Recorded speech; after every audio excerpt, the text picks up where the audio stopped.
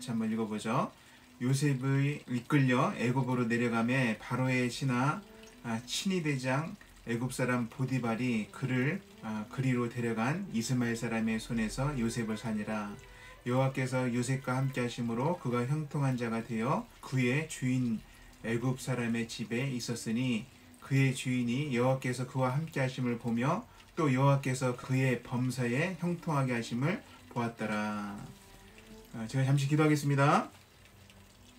하나님 아버지, 오늘 예배 가운데 함께 하시고 말씀으로 하나님의 살아계심을 드러내 주옵소서. 의탁하며 예수님 이름으로 기도합니다.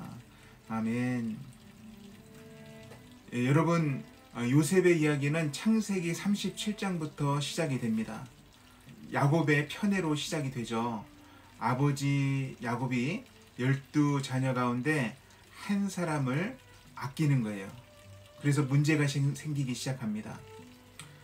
이처럼 치우친 사랑의 위험을 우리는 창세기를 통해서 볼 수 있는데, 이 사랑을 보며 자랐던 10명의 형들은 빗나가기 시작해요. 그의 마음들이 빗나가기 시작합니다. 사랑받았던 요셉을 미워하고 또 시기하고 질투하죠.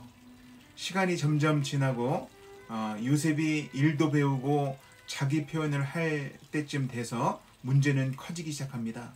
그가 17살 때에 형들과 함께 일하면서 형들의 잘못을 아버지께 일러 바치는 일들이 있었다라고 성경은 말합니다. 창세기 37장 2절에 보면 요셉은 고자질 양이었어요. 그리고 뿐만 아니라 그는 자기가 꾼 꿈을 형들한테 말하기도 하죠. 2번의 꿈을 꿨는데 첫 번째 꿈은 무엇이죠? 형들의 곡식단이 자기 곡식단한테 절을 했다. 이런 이야기를 형들한테 표현을 한 것입니다. 가뜩이나 아버지의 사랑을 독차지하고 있는데 요셉의 이런 꿈 이야기는 요셉을 더 미워하게 만들었습니다. 뿐만 아니라 다시 그는 자기의 꾼 꿈을 말하는데 그 꿈은 하늘의 해와 달 그리고 11별이 자기한테 절을 했다. 이렇게 말을 합니다.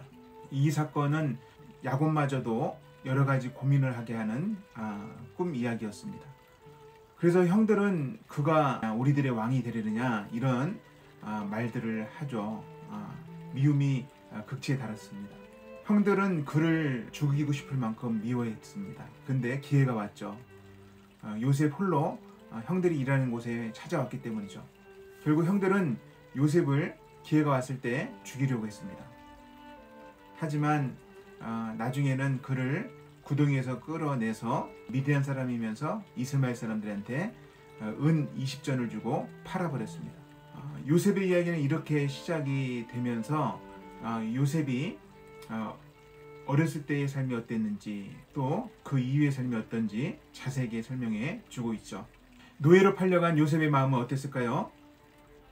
많이 힘들었을 거예요. 형들이 자기를 죽이려 했고 자기는 죽음의 구덩이에서 간신히 살아나왔지만 짐승처럼 팔려가는 인생이 된 것이죠.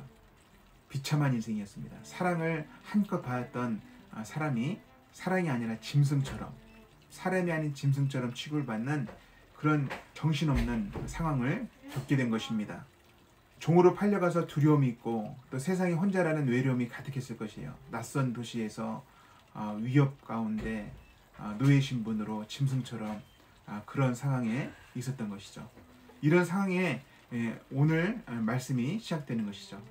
오늘 본문 한번 살펴보면요. 1절에 보면 요셉이 이끌려 애굽으로 내려가매 바로의 신하 친위 대장 애굽 사람 보디발이 그를 그리로 데려간 이스마엘 사람의 손에서 요셉을 사니라 이렇게 말합니다. 그는 이집트의 보디발에게 팔려간 것입니다. 그 상황에서 그는 많이 힘들었을 거예요. 2절에 보면 하나님께서 요셉과 함께 하셨다고 말씀하시죠. 형들은 버렸지만 하나님은 가장 힘들고 어두운 그곳에서 요셉과 함께 하셨습니다. 아버지의 사랑을 받을 때는 하나님의 함께 하심을 잘 몰랐지만 가장 힘든 상황에서 하나님의 함께 하심을 요셉은 분명히 알게 된 것이죠. 또 하나님께서는 그에게 형통이라는 은혜를 베푸셨다라고 성경은 말합니다. 2절 말씀을 같이 한번 읽어보죠. 2절 말씀 같이 읽겠습니다. 같이 읽습니다. 여호와께서 요셉과 함께 하심으로 그가 형통한 자가 되어 그의 주인 애굽 사람의 집에 있으니, 하나님께서 그에게 형통이라는, 성공이라는 은혜를 베푸셨다라고 말합니다. 히브리어는 그것을 형통이라고 쓰지만 영어 성경 NIV 성경을 보면 success라는, 성공이라는 단어가 쓰여요. 형통이나 성경이나 같은 것입니다. 뿐만 아니라 오늘 3절 말씀에 보면 요셉도 함께하는 하나님을 붙잡았다는 것을 알 수 있는데요. 3절 말씀도 같이 한번 읽어보죠. 3절 말씀도 읽어봅니다. 그의 주인이 여호와께서 그와 함께 하심을 보며 또 여호와께서 그의 범사에 형통하게 하심을 보았더라. 그의 주인이었던 보디발이 하나님을 봤을까요? 아니에요. 보디발은 하나님을 모르는 사람이죠. 하지만 요셉을 통해서 하나님을 본 것입니다. 직접 본 것이 아니라 간접적으로. 요셉이라는 노예가 하는 일마다 잘 되는 것을 보니 그가 믿는 하나님이 살아계시구나, 또 그가 믿는 하나님께서 함께 하시구나, 이렇게 알게 된 것이죠. 그러니 다시 한번 생각하면 요셉은 어두운 환경이었지만 하나님께서 그에게 복을 주셨지만 요셉도 하나님을 붙잡았다는 것을 알 수 있습니다. 이런 사람이 시편 1편에도 나오죠. 범사의 형통을 경험한 사람, 시편 1편에 나옵니다. 복 있는 사람은 악인들의 꾀를 따르지 아니하며 죄인들의 길에 서지 아니하며 오만한 자들의 자리에 앉지 아니하고 오직 여호와의 율법을 즐거워하여 그의 율법을 취하러 묵상하는도다. 그는 시냇가에 심은 나무가 철을 따라 열매를 맺으며 그의 잎사귀가 마르지 아니함 같으니 그가 하는 모든 일이 다 형통하리로다. 그가 하는 모든 일이 다 형통하리로다. 요셉의 이야기와 같습니다. 시편 1편에 나오는 이 그가 하는 모든 일의 형통을 받은 사람, 그가 하는 모든 일의 성공을 경험한 사람, 이 사람이 했던 행동이 무엇입니까? 주야로 하나님의 말씀을 묵상하는 것이고 그 말씀을 묵상하며 하나님을 의지했던 것입니다. 요셉도 그렇게 했던 것이에요.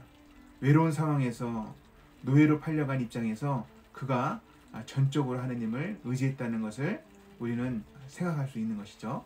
보디발은 그런 요셉을 자기 가정의 총무로 삼고 자기의 소유를 다 요셉에게 위탁했습니다. 하나님께서 요셉을 통해서 복 주시는 것을 경험했기 때문이죠. 보디발은 요셉을 통해서 복받은 사람이었어요. 근데 여기서 다시 한번 더 생각해야 될 것은 요셉이 바라는 것이 무엇이었을까요? 요셉은 하나님을 의지했고 하나님을 찾았지만 정말 요셉이 바랬던 건 무엇일까요? 그는 아버지께로 돌아가는 것이죠. 이 상황을 벗어나는 것이에요. 하지만 하나님께서는 요셉이 간절한 소원은 들어주지 않습니다. 다만 요셉 주변 사람들, 지금 현재 주변 사람들한테 복을 주실 뿐이에요. 그것이 성공이라고 요셉의 말씀을 통해서 알 수 있죠. 이제 결론을 맺죠. 세상에서는 자기의 꿈을 이루는 것, 이것을 성공이라고 말합니다. 돈을 많이 벌거나 높은 자리에 올라가거나 잘 먹고 잘 살면 성공이라고 하죠. 하지만 성경적인 성공이란 무엇입니까? 이 부분을 고민해 봐야 합니다. 오늘 말씀에서 요셉의 성공, 요셉의 형통을 알 수 있었는데 그의 성공은 무엇입니까? 그를 통해서 주변 사람이 복을 받는 것이었어요. 가장 어렵고 가장 불편하고 가장 어두운 시기지만 요셉의 분명한 성공, 분명한 형통은 무엇입니까? 하나님의 함께하심이었습니다. 그리고 그가 하나님을 의지하며 살아가는 삶, 이것이 성경에서는 성공이라고 말합니다. 다시 정리를 하면 성경적인 성공이란 돈이나 높은 자리가 아니라 하나님과 함께 살아가는 것, 또 하나님의 뜻을 이뤄가는 삶이 성공이라는 것을 믿으시기 바랍니다.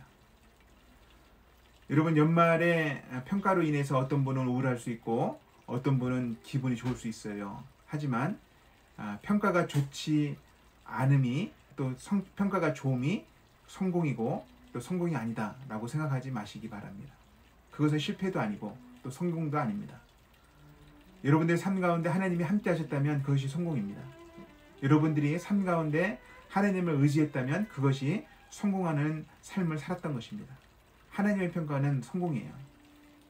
하나님의 평가는 요셉의 평가처럼 그의 하는 모든 일에 형통을 주셨다라고 하나님 말씀하실 것입니다. 그러니 다시 한번 힘을 내시고 세상적 성공을 꿈꾸는 사람이 아니라, 그것을 바라보다가 마음에 상처받는 인생이 아니라 성경적인 성경을 알므로 하나님과 끝까지 동행하며 하나님의 뜻을 이뤄가는 아름다운 인생 되시기를 축복합니다. 같이 한번 기도하죠. 오늘 말씀을 가지고 여러분이 가장 어려운 시기에 있을 때도 하나님은 함께 하십니다. 그때 더 분명히 드러나는 것은 하나님의 함께 하심입니다.